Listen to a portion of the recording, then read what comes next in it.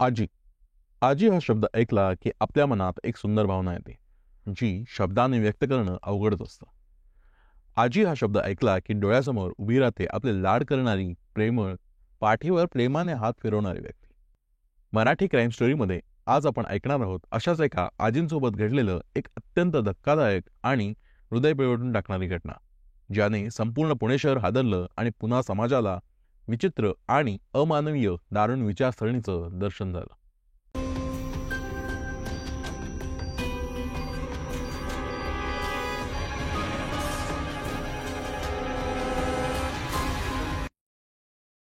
खरे गुन्हे गोष्टी रूपात समजण्यासाठी आमच्या यूट्यूब चॅनलला मराठी क्राईम स्टोरीला नक्की सबस्क्राईब करा आणि तुमच्या मित्रांना देखील शेअर करा. ही कथा आहे पुणे शहरातील हिंजवडी परिसरातील 22 सप्टेंबर 2024चा रविवार. संध्याकाळी 6:30च्या सुमारास शांत निवांत वेळी दररोजच्या रुटीनप्रमाणे 85 वर्षाच्या आजी आपल्या घरासमोर शतपावली करण्यासाठी म्हणून घराबाहेर निघाल्या.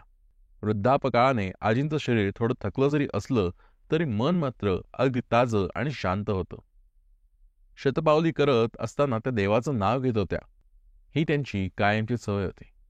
आरोपी ओम जयचंद पुरे हा एक 23 वर्षाचा नोकरीच्या शोधात असलेला तरुण. तो सध्या इलेक्ट्रिशियनची कामं करायचा. हिंजवडीच्या एका सोसायटीत लाईटचं काम करण्यासाठी म्हणून तो काही दिवसापूर्वी या आजींच्या सोसायटीमध्ये आला होता.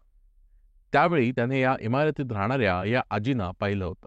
त्यावेळेस त्याच्या मनात एक विकृत विचार आला, जो पुढे जाऊन त्याने पूर्ण केला. रविवारी संध्याकाळी ओम पुन्हा इमारतीत आला. त्याने आजींना एकटे चालताना पाहिले आणि त्याने क्षणाचाही विलंब न लावत त्याच्या मनात असलेल्या अमानवी विचारांनी त्याला त्या आजींपाशी नेलं. त्याने त्या वृद्ध आजीचं तोंड दाबलं आणि त्यांच्यावर हल्ला केला. आजींनी प्रतिकार करण्याचा प्रयत्न केला, पण फारसा काही उपयोग झाला नाही. ओमच्या मनात असलेल्या विचाराने तो इतका झपाटून गेला होता की त्याने कुठलाच विचार न करता आजींना 5व्या मजल्यावरून 6व्या मजल्यावर फरफटत नेलं. तिथे त्याने त्यांना मारहाण केली आणि त्यांच्यावर अतिप्रसंग केला. त्याने आजींना जमिनीवर फेकलं आणि त्यांच्यावर जवळपास पाऊण तास अत्याचार करत राहिला. खरे गुन्हे गोष्टी रूपात समजण्यासाठी आमच्या यूट्यूब चॅनलला मराठी क्राईम स्टोरीला नक्की सबस्क्राईब करा आणि तुमच्या मित्रांना देखील शेअर करा. घटनेच्या वेळी आजी जोरजोरात ओरडत होत्या. पूर्ण ताकदीने त्याला विरोध करत होत्या, पण ओमच्या क्रूरतेमुळे त्या आजींना प्रतिकार काही करता आला नाही. त्यांचा आवाज थांबवण्यासाठी त्याने त्यांचं तोंड दाबून ठेवलं होतं. त्या वृद्धेने जेव्हा खूप आरडाओरड करायला सुरुवात केली तेव्हा आरोपीने आजींचा आवाज बंद करण्यासाठी त्यांचा गळा दाबायला सुरुवात केली. आणि जसं त्यांना वाटलं की आता सगळं संपलं तेव्हा आजींनी आणखीन जोर लावून प्रतिकार करायला सुरुवात केली.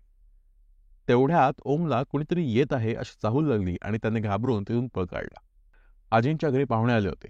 त्यांचे कुटुंबीय पाहुण्यांसोबत गप्पा मारण्यात व्यस्त होते. नेहमीपेक्षा जास्त वेळ झाला, पण आजी अजून घरी आल्या नाही हे त्यांच्या कुटुंबाच्या सदस्यांच्या लक्षात येताच त्यांनी आजींचा शोध सुरू केला. नेहमीच्या ठिकाणी पाहिले असता आजी त्यांना तिथे दिसल्या नाहीत. आता घरच्यांना भीती वाटू लागली होती की आजी कुठे पडले की काय, त्यांना फार लागलं तर नसे. आजींचा शोध घेत कुटुंबीय इमारतीतून खाली आले.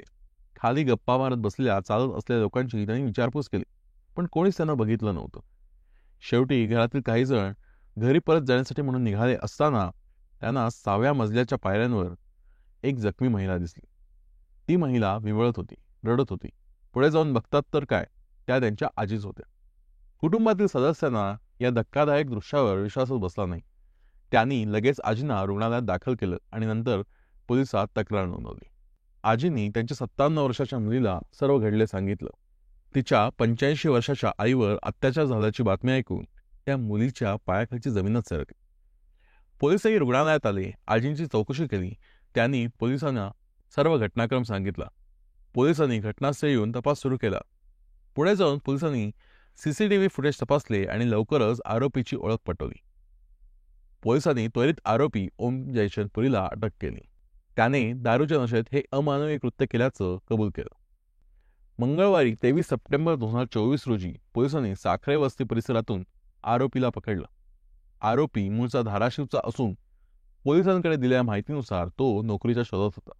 त्याने एकदाच घरात काम केलं होतं, पण त्याने या महिलेला एकटं पाहिलं आणि त्याच क्षणी त्याच्या मनात ही खतरनाक कृत्य करण्याची कल्पना आली.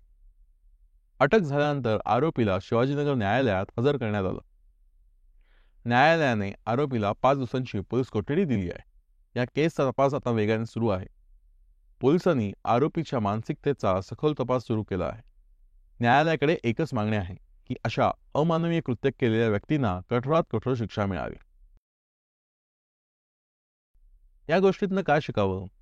आजच्या या धक्कादायक घटनेतनं आपल्याला एक गोष्ट अंमलात आणणे गरजेचं आहे. ते म्हणजे समाजात प्रत्येक माणसाची एक जबाबदारी असायला हवी. माणसाने असा समाज निर्माण करण्याची गरज आहे जिथे वृद्धांना आणि महिलांना सुरक्षित वाटायला हवं. माणसाच्या मनातील एक क्रूर विचार त्या व्यक्तीला अमानवीयतेकडे नेऊ शकतो. म्हणूनच सर्वांनी एकत्र येऊन महिलांच्या आणि वृद्धांच्या सुरक्षिततेसाठी प्रयत्न करायला हवा. आपल्याला भविष्यात अशा घटनांचा सामना करायला लागू नये यासाठी समाज, पोलीस आणि न्यायव्यवस्था यांनी एकत्र येऊन एकमेकांच्या सहाय्याने काम करण्याची आवश्यकता आहे. आजच्या घडलेल्या प्रसंगावरती तुमचे काय मत आहे हे आम्हाला कमेंटमध्ये नक्की कळवा.